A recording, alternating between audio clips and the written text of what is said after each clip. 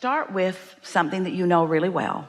There's only attraction, there's no assertion. So that means when you get something that you don't want and it feels like somebody else is involved, it feels like they're after you, so you feel resistance about it. You sort of want to push that away. But when you stop for a moment and remember the most essential, absolute premise of all that you know, there's no assertion. So if there's no assertion and it feels like something's coming at me, what's up with that? Oh, I'm attracting something that I'm trying to push away and blaming them. You don't want to go there, do you? Blame does feel better than guilt, but that's what's happening. As Esther's been chewing on this recently and chatting with a few friends about it that are just enjoying the hands-on feeling of creation, she remembered an analogy that we offered years ago about, imagine your garden hose is out there in the dirt of the garden and it's been raining and some dirt, soil, is washed up into the hose. But when you open your valve and let some water flow, it all washes right out. It all washes right out. And it doesn't have to be a fire hose kind of pressure to wash it out. It just has to be gentle. And so as you are meditating on a regular basis and looking for positive aspects, reveling in the deliciousness of your life as you so often do, then you've just got that steady flow, that ease and flow of well-being flowing from you, which puts you in a position where you can't negatively attract and positively attract at the same time. You're doing one or the other. For Esther, there was something about acknowledging, wait a minute, this person is doing something to me that I don't like. And it feels for sure like that person is doing it to me, or that this situation is doing it to me. Until I remember there's no assertion. So if there's no assertion and only attraction, then my problem is that I've got this push and pull thing going. I'm calling something to me with my vibration that I'm not willing to own up to, and trying to push it away with my words, which I've always believed in because that's what humans do. Wow. So I'm attracting stuff I don't want, blaming everybody else for it when it's me doing it, and then trying to use my words to make it better. How's that working out for you? It never works, but understanding that that's what you're doing. So Esther began saying, I'm going to own my stuff. She used a different word. She got it from somebody else. I'm going to own my vibration. So things are going really well. She's like you. She has a wonderful life, but sometimes stuff happens that she feels uncomfortable about. And so she started thinking, now wait a minute. There's no assertion, so all my previous premises are flawed as I think you're doing that to me. You situation, you traffic, you economy, you whatever you are, you government, you politics, you personal whatever. If law of attraction, if it's only attraction, there's no assertion, then what is it that I would be well to acknowledge that I've got going on that's making me call that from you? All right, so you're sitting with that for a minute. Does that make sense to you? It's all you. You don't want it to be, but it is. It's all you. Feels like it's them, but it's all you. Damn it. You'd like it to be their fault, but it's all you. It's all you. So what's going on? So how do the others fit into it? Well, you're on an island with them. So let's talk about some of the things that you might be feeling, what it is that you're feeling that brings this to you. So you want to play with us? Yes. Tell us something if you want that comes to you, and then together we will identify the vibration you've got going on that calls it to you. We'll help you to figure out what you've got going on vibrationally that is bringing this thing that you're not wanting to own. Amazing. So he's like, this whole long, you're sexy and beautiful and everything I've ever wanted, etc. And then we're texting, and then like just nothing for 2 days or something. And I'm like, what, really? And then I make that mean all kinds of things. This one's going to be easy for you. Okay, good. Conversation opens. That moment when you were lying in bed in complete non-resistance, and for the first time in a while, completely lined up with what you put in your vortex.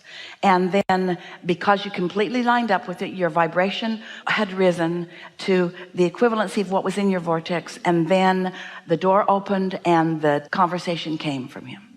When you got what you wanted, we're saying it was attraction from under the influence of source. When you got what you didn't want, we're saying it's attraction. So for a moment you were open to what felt good, but then what happened? What happened is something didn't happen. So let's talk about, you're able to see the cause and effect of lying in bed, feeling aligned, and you saw the effect of that. Now, don't you want to acknowledge the cause and effect of your point of attraction for the other? So don't you want to own what's going on in your vibration? What is that? Well, I've had this before where it felt good in the beginning and then it doesn't feel good, and I don't know if I want to go down that road again. Those are the physical words that describe that vibration. What if there's someone even better? What if this is 90% really, really good and 10% eh? What if there's 99% really good? What if this isn't who I want? Doubts are starting to come because you're focused upon this cosmos of the vibrational. So what are you offering vibrationally? Insecurity. What are you offering vibrationally? Give us the emotional words. Insecurity was how it felt. Insecurity. Uncertain. Not unworthy, uncertain. Too much. It's not my choice solely. There's somebody else and I'm uncertain, and what if he doesn't choose me but I choose That's him? what this whole conversation is about. This whole conversation is going to lead to the discovery of how we get from each other what we are getting from each other and why. That really is what you're looking for, which is why you've attracted this experience, so that you can understand that, because you're interacting with people all the time. So earlier, as we were talking to you and we said, you got that? And you said, yes, we've got that. So then what we want to say is, okay, now you've got that. Let's see how we're fitting together with other people. Let's see what the other components of the other vibrational offerers have to do. In other words, it's always a vibrational match, isn't it? You okay? You with us so far? All you have to do in owning your stuff is acknowledge, my insecurity is evoking what from him? Insecurity, defensiveness. If I weren't doing this, I wouldn't be getting that. If I weren't doing this, I wouldn't be getting that. So who's doing this to me? Where's the flaw? Where's the 10%? It's in you, it's not in him. I feel 90% sure of myself and 10% insecure. And why do you feel insecure? Past experience. Your inner being never looks back, so your inner being is not worried about you messing this one up. Yeah. We're saying that playfully.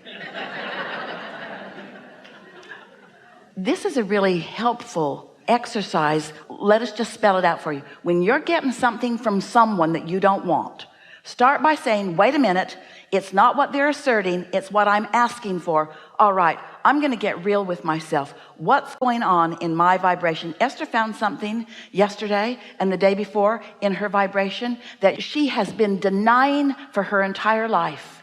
And it showed up in an exchange with someone she loves. And suddenly there it was for her to see. There it was, something that she did not believe that was there. An old thought that she used to think a long time ago that's still right there. And because it's there, the other person isn't even acting on a conscious basis often. Law of attraction's just got hold of them because you're running the show with your vibration completely. So what you want to say to each and every one of them is, I'm so glad to meet you. You're going to behave exactly as I create you to do. And they're going to say, wait a minute, don't I have free will? Not in my world. Let's clean that up. Of course they have free will, but most people are offering very sloppy vibrations.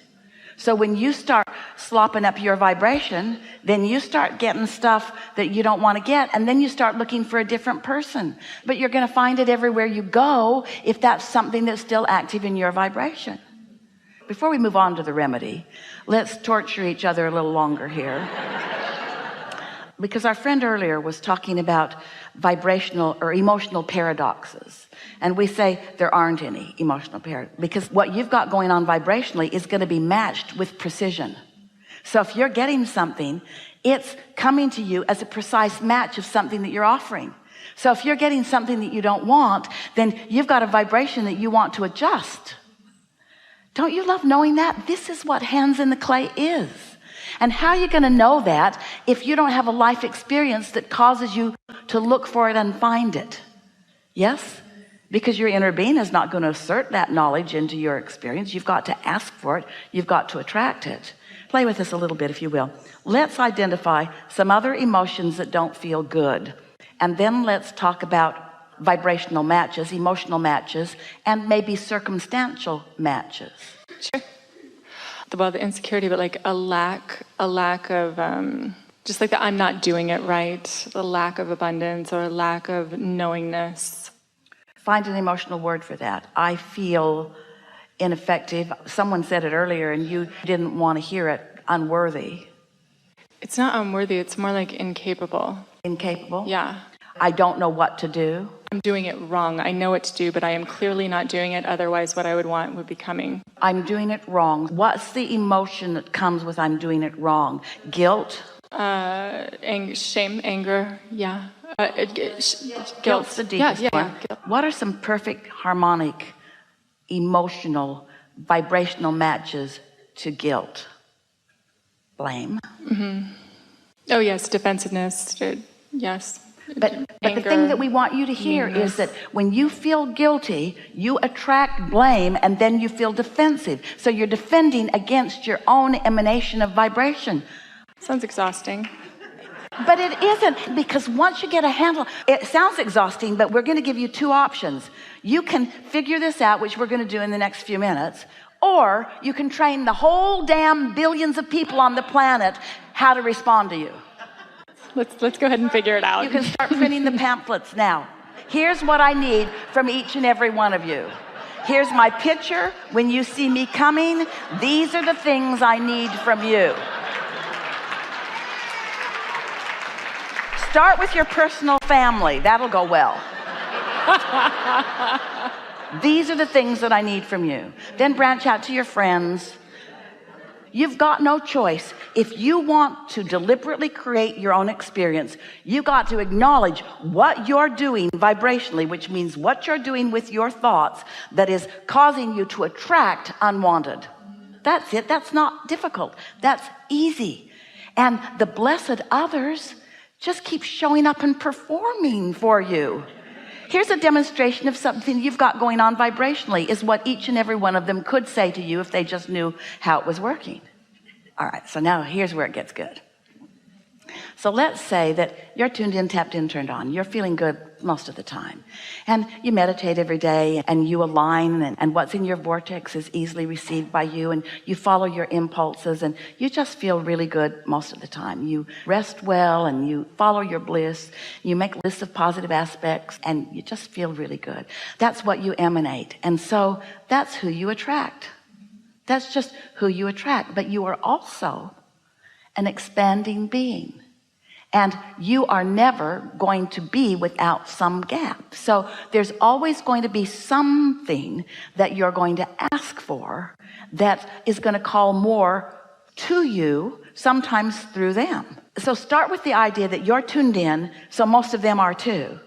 That feels pretty good. Now start with the idea that you're not so tuned in and most of them aren't. But in any case, you're in the driver's seat. In any case, you're the one who's attracting the behavior or the words or the whatever to which you are having an emotional response that you are blaming on them.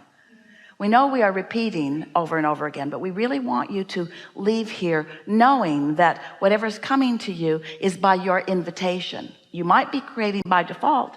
Esther was. She was offering a vibration that she would not admit until she saw evidence under the lens of a new emphasis that there is no assertion, there's only attraction. And she had to admit once and for all, I'm doing this to myself and using you as the cooperative component pawn who is giving it to me. That's freedom, folks. That's freedom.